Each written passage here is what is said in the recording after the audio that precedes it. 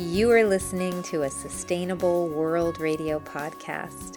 Sustainable World Radio brings you in-depth interviews, news, and commentary about positive solutions to environmental challenges. Solutions that adhere to the permaculture ethics of earth care, people care, fair share. Are you interested in learning more about permaculture projects around the globe? How to plant a food forest? Restorative design or ethnobotany?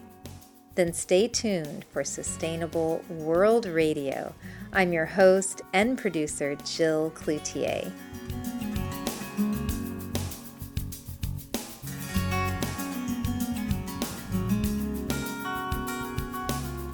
My guest today is Mary Clear, co-founder of Incredible Edible, an urban gardening project that began in Todmorden, England, and has now swept the world. Started as a conversation between friends, as a revolution of kindness, Incredible Edible transformed Mary's town into an edible oasis, complete with corn growing outside the police station, herb gardens opposite the cricket club, and prickly plants at the health center being replaced with, I think it was runner beans. It's so inspiring and uplifting, and I can't wait to talk to you about Incredible Edible. Mary, thank you and welcome to Sustainable World Radio. Lovely. Thank you. Oh, I'm so thrilled to talk to you about this. It's such an inspiring and hopeful program. You really have shown that small actions can change the world. And I'd love if you could take our listeners back to those days. I think you were discussing with friends about how to create a kinder world. And I think you called it a revolution of peace and love. Well, I think I just want to say that one of the things about creating, when you haven't got anything, is the best place to be, because you have to then think creatively. So 10 years ago, a group of us got together. It was 2008, the beginning of the bankers' crash, when the whole world woke up one morning to see, and particularly America suffered, that the bankers had been up to no good and things started to fall apart. So you could do one of two things. You could blame somebody else, blame the bankers, the politicians, Europe, anybody, or you could say, we're in trouble here. Let's get up, stand up and do something, however small it is, but not create an empire. So we got together and we thought, wow, our town's really suffering. People have gone bankrupt, shops are empty, pubs have closed, some businesses, voluntary businesses, centre, learning places have gone bankrupt. What should we do? Without an office, without staff, without a bank account, I know we'll plant food in public places, not to feed people because we haven't got that ability, but to model kindness, to use those small actions to take a dirty, littered, strewn bus stop, clean it up and plant something beautiful and living, so we can reconnect people to the soil, to the seasons, to the birds and the bees, and to how things grow.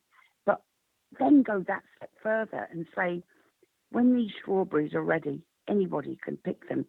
When these trees have apples, help yourself. So we could model kindness.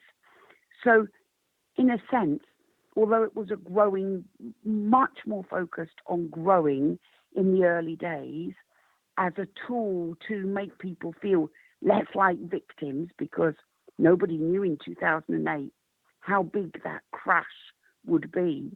Maybe you can feel stronger if you know that it's easy to grow fruit or berries or plant a garden. Mm-hmm. And beauty, I think seeing beauty too uplifts the spirit. Cleanliness and beauty.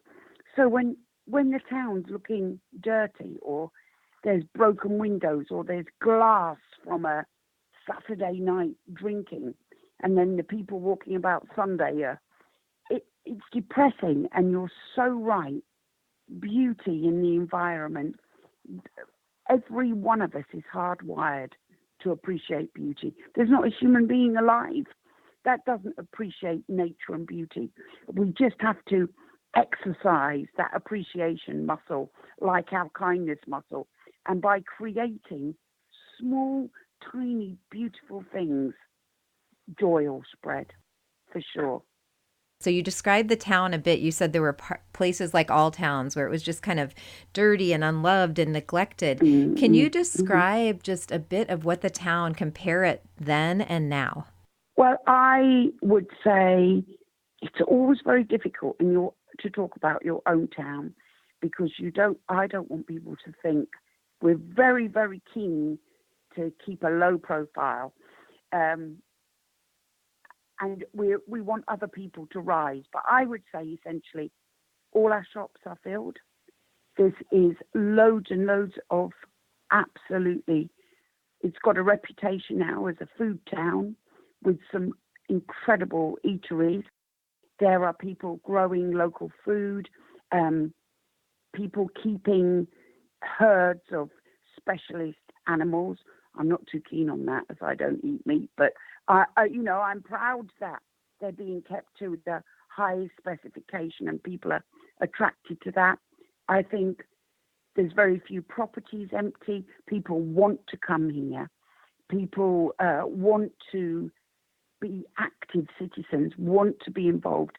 There's lots of art and music and a whole kind of undercurrent of creative stuff happening everywhere. And tourism. So we don't take funding, apply for grants.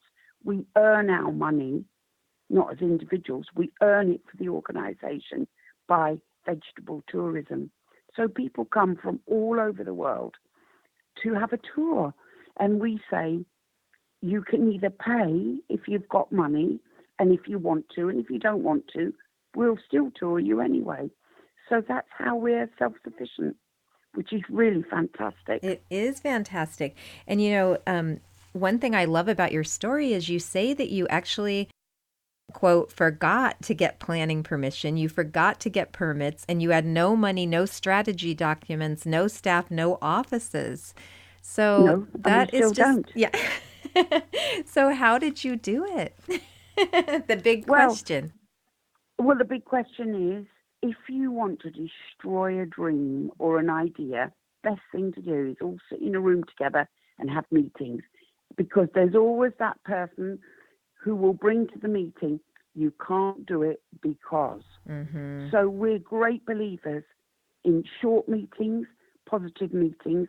Ideally, we like to drink good coffee and have a lot of cake. So we like joy, and we like speed, and we like action. We're not interested in paperwork. Obviously, we've not got an office. There's nowhere to keep any paper. So, and our other motto is, it's better to ask for forgiveness than permission. So we just get on and do it. And then if somebody's deeply offended or even mildly offended, we'll walk away. Because the other thing we've observed is it's so much easier to be angry than it is to be kind. So we don't want to do that.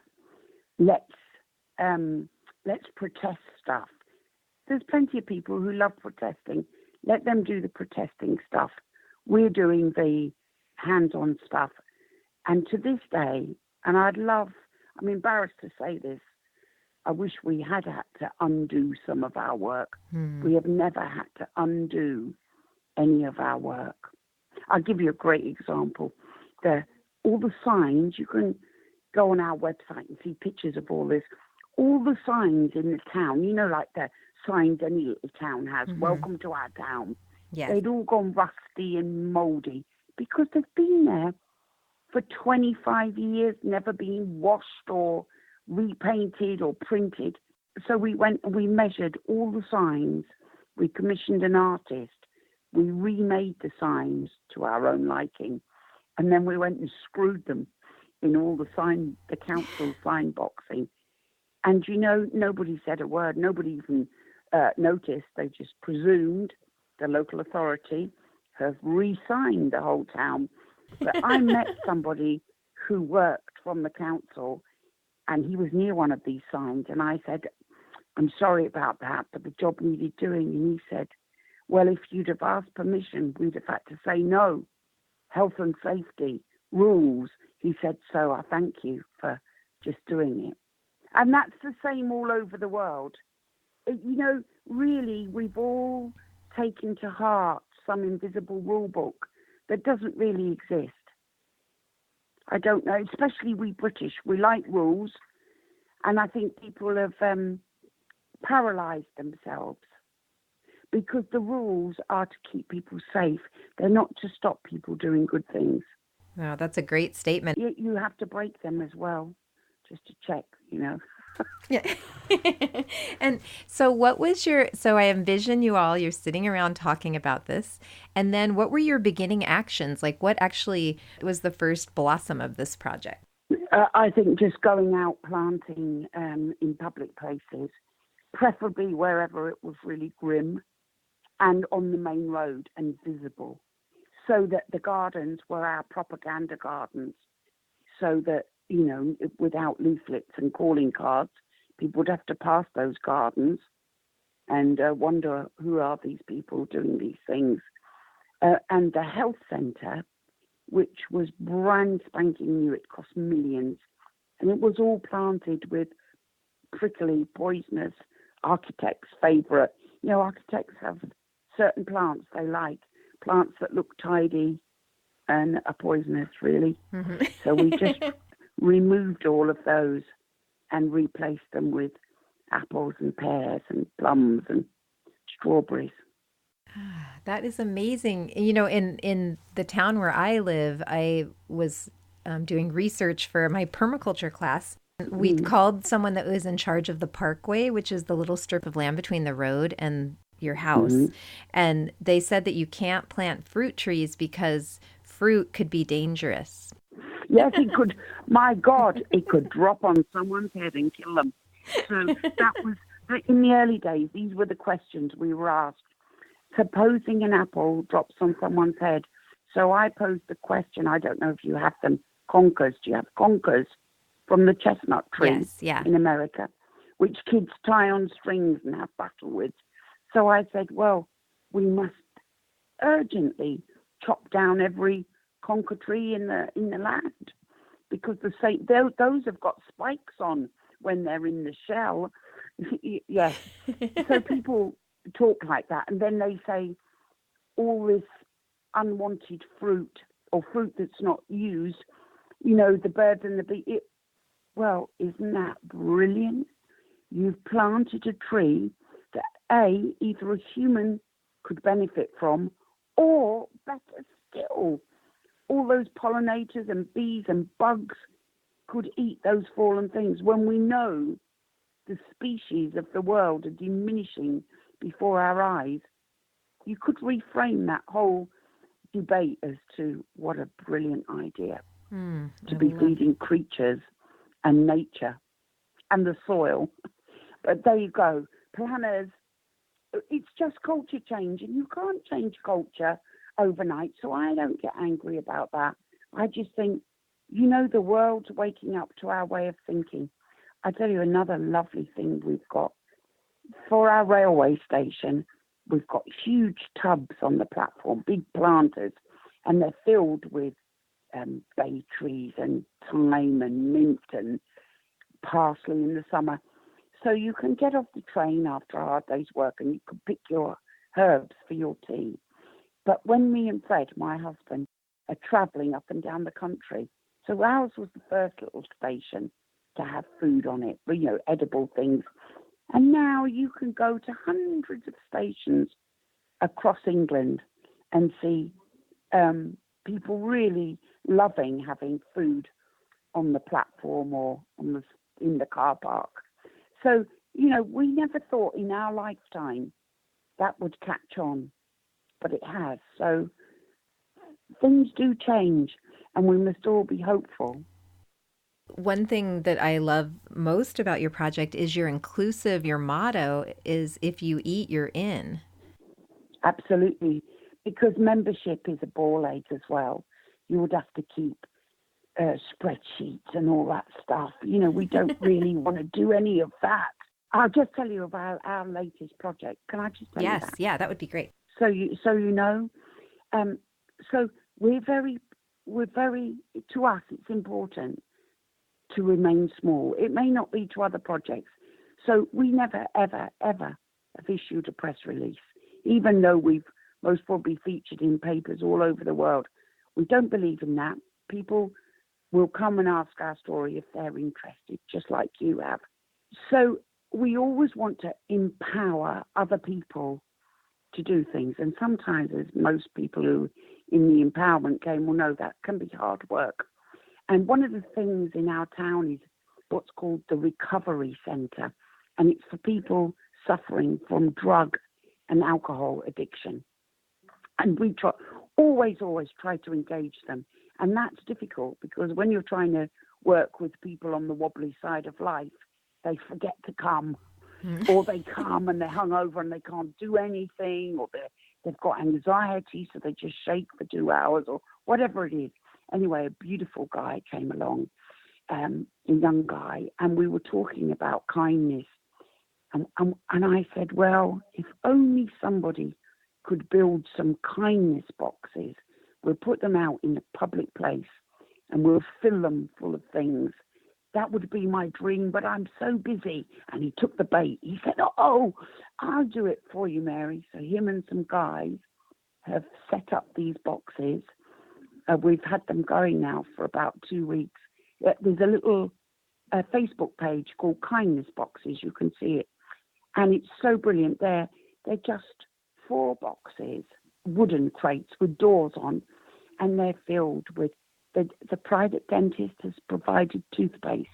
The soap factory that makes the finest vegan soap in the world has provided the soap.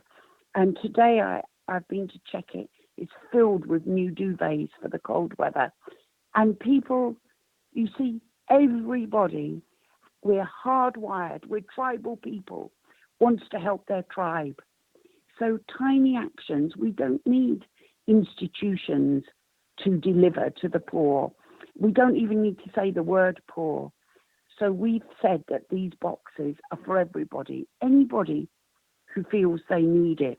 So then you get people saying, oh, do you know, anybody could be going there, getting those things and selling them.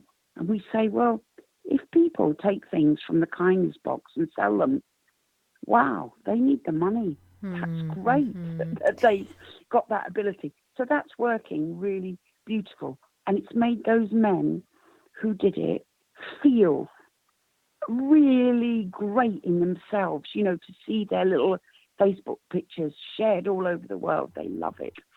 And then we decided, we normally do it in a small way, have what we call a community Christmas meal for anybody who wants to join us. Our families have always done that.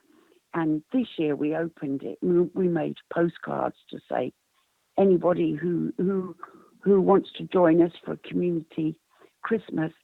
And we've been so inundated with people who want to help, people who want to bring things, people who want to cook or organize a game for the children. So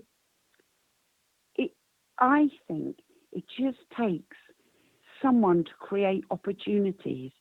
If you create an opportunity for people to be kind, the worst problem is you'll be overwhelmed with kindness. All of us as humans are brimming over with it, and we just don't have the opportunity anymore to demonstrate it. I love that. And, you know, this really reminds me of something I read when I was researching for this interview, is you said that talking about climate change and all of these worries of the world, that when you were originally forming this project or getting the ideas for it, were something that's a little hard to articulate, but you wanted it to be more of a kindness project, and the food was just a way to do that. Yes, it's just the table to bring people round. So I'm glad you've mentioned that, because I still feel very strongly about it, that the whole transition movement, well-meaning good people, but we're talking scientific male language, and we're talking doom and gloom. Gee, is there not enough doom and gloom without focusing on Icebergs are melting. Polar bears are stranded. What can we do? People are just blinded, paralyzed by the power we don't have. But if we use our kindness muscle, because when the hits the fan, sorry for the bad language, but when hits the fan, which it surely will do, all the technology, all the money, all the power, all your fancy houses and fancy things will do nothing to save us on the planet. What will help us is if we can be kinder to each other. That will definitely help us, because those who are really rich and have got stuff, they'll have those things taken away from them by people who haven't got stuff. But if we can meet in the middle before that crisis happens, we'll be able to cooperate and share stuff. I truly believe that the best preparation for a future that we don't know about in terms of global warming is to cooperate now, quickly, create culture change. Mm-hmm. And then we'll survive. And I want to say something about, I'm on one now, I'm on a roll. Yeah. I want to say something about what we've just learned, well, when I say just, in the last 3 years. So we thought, how can we need to get together publicly twice a month to garden the town, minimum of twice a month in a group. So how are we going to do it? And then we thought, do you know what? Churches, everybody knows Sunday. They just chose one day. They said, come to the church on Sunday, or they're open on Sunday. We thought, well, we'll have Sundays as well. We'll create a rhythm. And we created the first and the third Sunday. And on the third Sunday, we ate together afterwards. And then one day we just said, about 18 months ago, why did we just eat one Sunday? Because we noticed that on the Sunday we ate together round a huge table. There were double the number of volunteers. So we said, okay, we're going to eat on both Sundays. So now on the first and third, we have a minimum. This is a tiny town.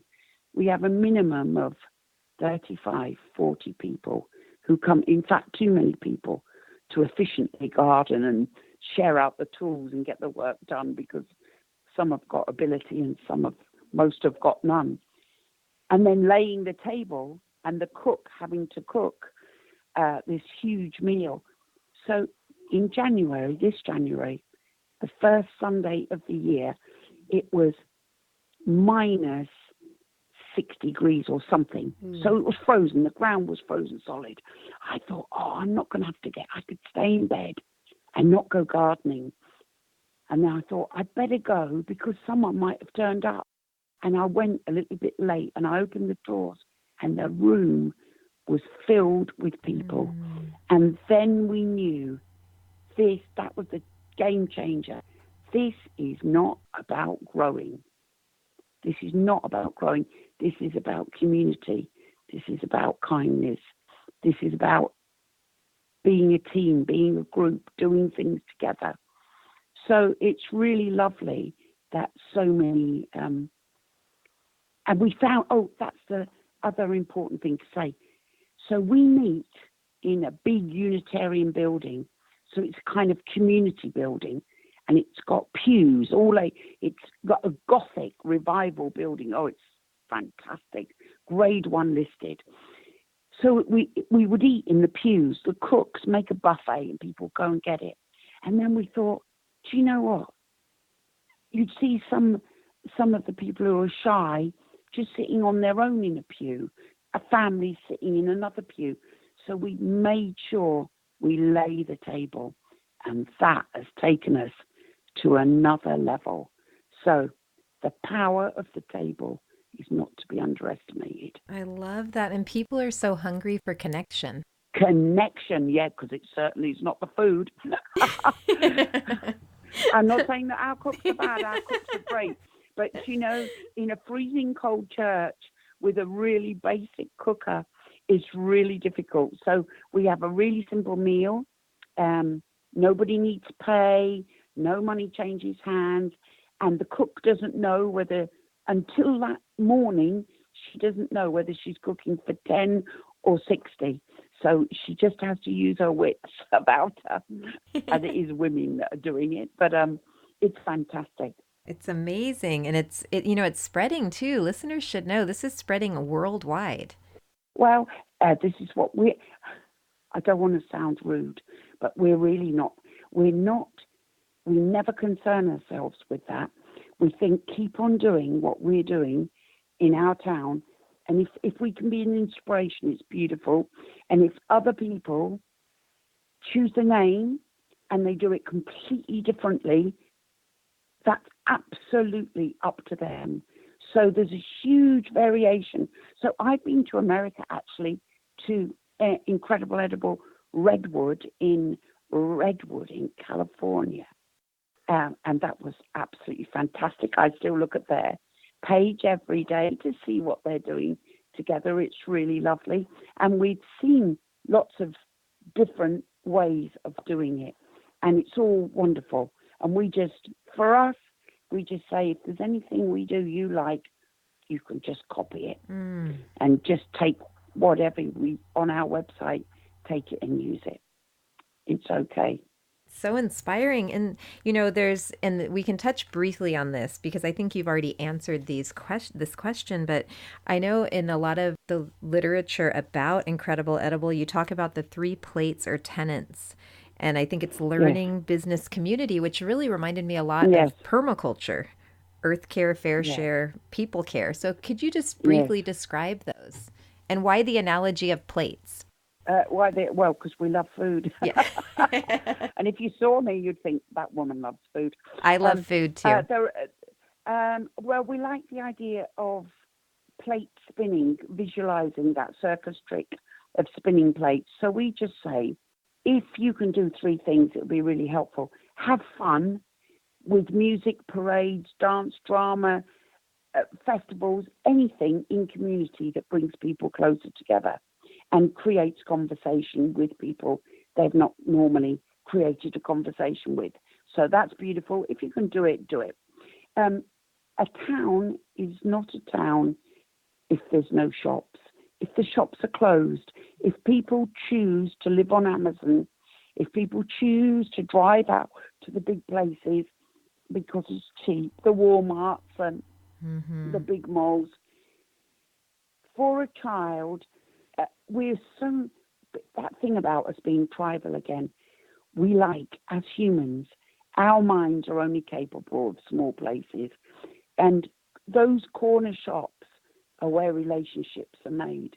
So we encourage people to help local businesses because I believe small is beautiful. And then learning, well, by heck, there's not one of us that's not got something that we can learn and something that we can teach. So learning is a big thing for us. And that's informal learning. That's without an empire learning. So you watch I don't, because I don't watch that kind of TV, but I know all about it. There's all this stuff on TV. I can't think of it now, like sewing programs about sewing, Ready, Steady, Cook, Master Chef, all this stuff. So people think, oh, well, I've learned something there. Actually, the best way to learn is by doing. So we'll do jamming sessions. We'll invite people to our kitchens, learn to make jam. We'll, another lesson in my kitchen recently was a woman who makes herbal potions and lotions. And, just invite people into your home and say, this is how you do it.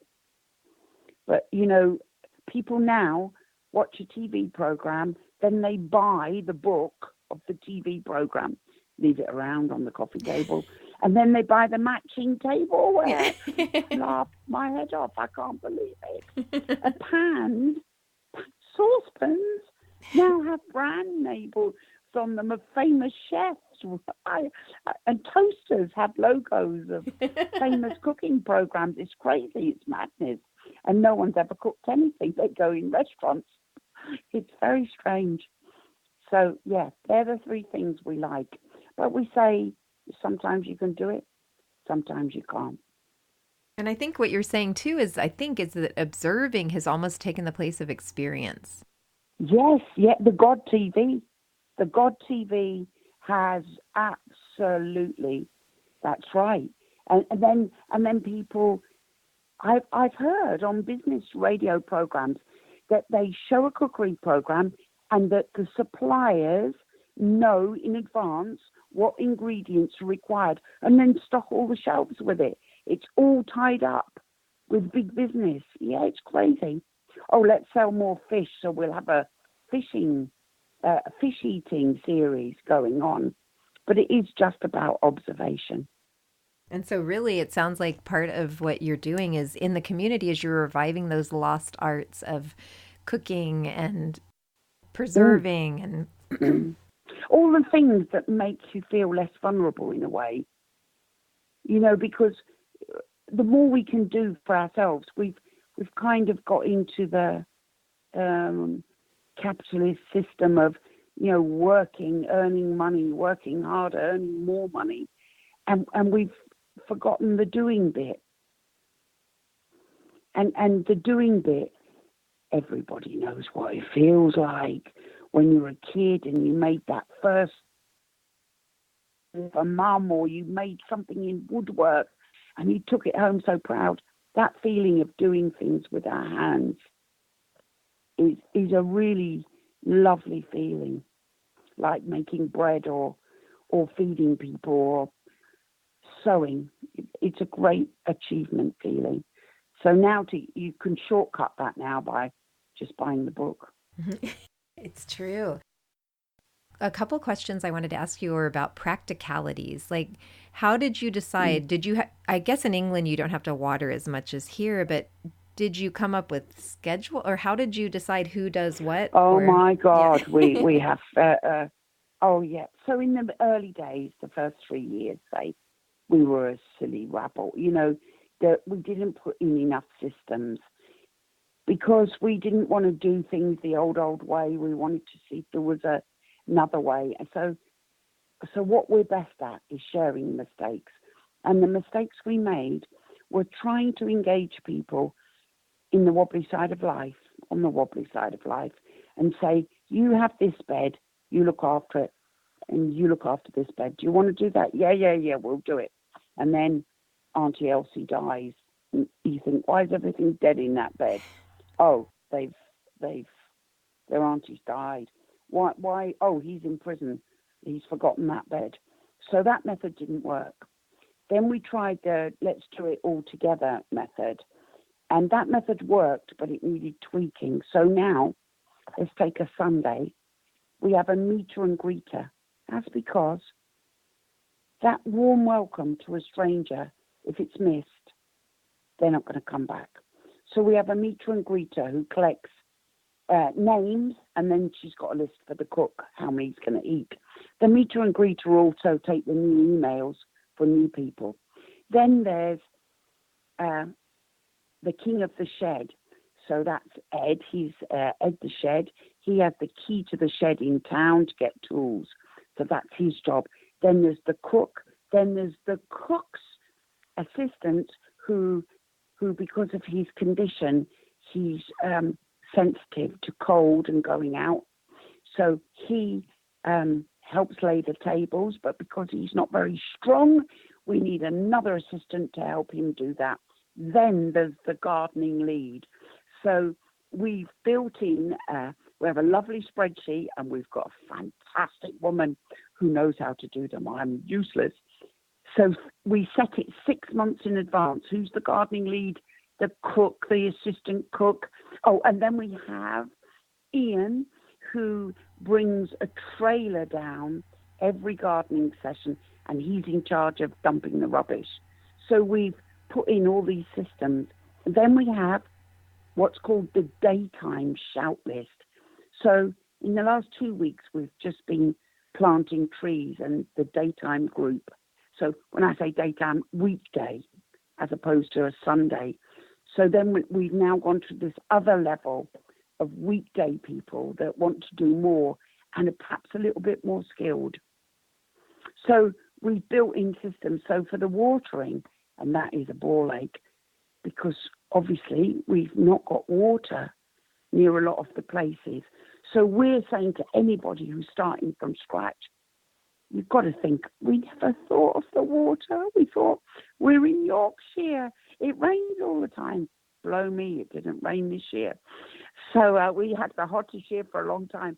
But we asked people on the railway station, while you're waiting for a train, bring a bottle of water from home and tip it on me.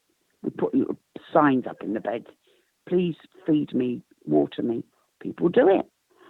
So, and then we worked out a way to get water to where we need it. But it's been tough. Mm-hmm, mm-hmm. That was the only part that I thought, especially here in dry California, it was like, how? Yes, but there will be things that are edible that will grow. And at the end of the day, a lot of the time, we might do, if the bus station, for instance, is full of cigarette ends, we'll just say, the gardening lead will say, can 5 people go to the bus station, please? Clean the bus station. So we don't see gardening as angels work. We see picking up a cigarette ends from other people as equally valuable. We see that's a way to make beauty too. So it could really, although it's called incredible edible, yes, but there will be edible things that still can be grown somewhere. And lots of our shop fronts, which I'm so pleased and makes me so happy, have put planter boxes outside their shops because then they can water them. And it's so good for business, especially, it's a drink that people love to drink. It's called mojitos. And it's got mint in it. So there's lots of shops with loads of mint outside because people love that stuff. So maybe in dry California, if it was growing spaces in the town or near institutions where there could be water, would be good. Mm-hmm. And, one question I had too is, how has nature responded to Incredible Edible in your town? Nature has responded beautifully. We've got our own bee group and beekeepers, all community beekeepers. We've planted masses of pollinators as well in various we have pollinators beds, so that we say it's food, but it's food for pollinators. And we've just been planting a wildlife corridor, so nature's done well, very well. Yeah, I imagine birds would respond and just the animals. Absolutely. Yeah. Oh, that's absolutely wonderful. And is there anything else that you would like to share with listeners, especially those who are thinking, I want to start an Incredible Edible project in my town? Yes. Too many people worry about numbers. Don't worry about the numbers. If 3 people have a coffee and say, let's go out and clear up that little space and plant something, don't worry about numbers. And don't bore people with problem talk. I think have positive meetings and do lovely things. It'll all be all right. People so worry about, well, there's only 4 of us. Hey, there might be another 4 somewhere else. I liken it to this. If anyone can tune into, you can watch our government behaving on television, and you look at them in the House of Lords, half of them are asleep, half of them are stupid, half of them are maybe a level load of drunk. And you think the whole country is run by a handful of people. It's exactly the same in America. Mm-hmm. When it really boils down to it, a handful of people are doing it. So the power of small actions and a small amount of people is incredible. It is. And, your vision, I read on your website, was to create kind, confident, and connected communities through the power of food. And that's such a call to action that I really believe in. So I think it's possible. There's nothing clever or fancy about any of us. Anybody can do it anywhere. they like. You know, they can do it in Japan, and in Africa, they can do it anywhere. In France, I guess there's a lot going on, right? Oh, the French, yes. The French are very keen. The French are very keen. So all things are possible. It's wonderful. And where can people find this project online? They can find us at Incredible Edible Todmorden, because you can get confused with all the stuff out there. But ours is Incredible Edible Todmorden. Put that in Google. And then on Facebook, it will be Incredible Edible Todmorden. And I'll put a link too. Put a link to it. Absolutely. And our phone numbers are, you know that old thing, never put your details on the web. Well, we've had our phone numbers on the web for 10 years. Nobody's ever rung me that's dodgy. So, you know, people can call or email if they've got a query. There's no office, so there's no closing time.